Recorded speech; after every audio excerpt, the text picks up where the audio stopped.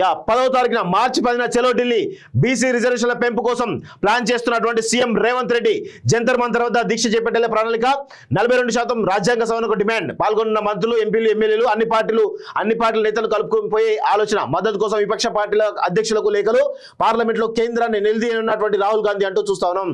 So BC రిజర్వేషన్లకు సంబంధించినటువంటి 2 బిల్లులు స్థానిక సంస్థల్లో 42% రిజర్వేషన్ కావచ్చు, లేదంటే విద్యా ఉపాధిలో 42% రిజర్వేషన్, అదేవిధంగా ఎస్సీ వర్గీకరణ చట్టబద్ధత, ఈ 3 బిల్లులు ఏవైతే ఉన్నాయో వీటికి సంబంధించినటువంటి రాష్ట్ర అసెంబ్లీ పెట్టి 5 రోజుల పాటు అసెంబ్లీ నిర్వహించి ఆమోదింపు చేసుకున్న తర్వాత ఢిల్లీకి వెళ్ళి కేంద్రం పైన ఒత్తిడి చేసేటువంటి ప్రయత్నంలో ఈరోజు రేవంత్ రెడ్డి ఒక ప్లాన్ చేస్తున్నాడు. దానిలో విపక్షాలను కూడా కలుపుకొని పోయేటువంటి ప్రయత్నం ఉన్నాడు.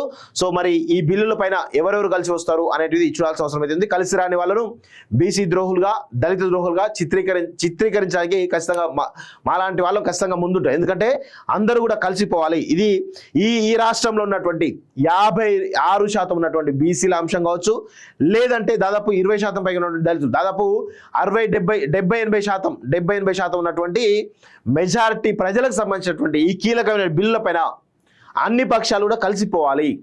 లేదంటే వాళ్ళను ఖచ్చితంగా దళిత ద్రోహులుగా బీసీ ద్రోహులుగా ఖచ్చితంగా సమాజాన్ని మేము జాగృతం చేస్తాం. ఖచ్చితంగా ఆ దిశగా విపక్షాలను ఖచ్చితంగా ఎండగడతాం అనే విషయంలో మేమైతే ఖచ్చితంగా ఆ స్టాండ్లో ఉంటాం. దయచేసి అందరూ కూడా కలిసి ముందుకు పోవాలి.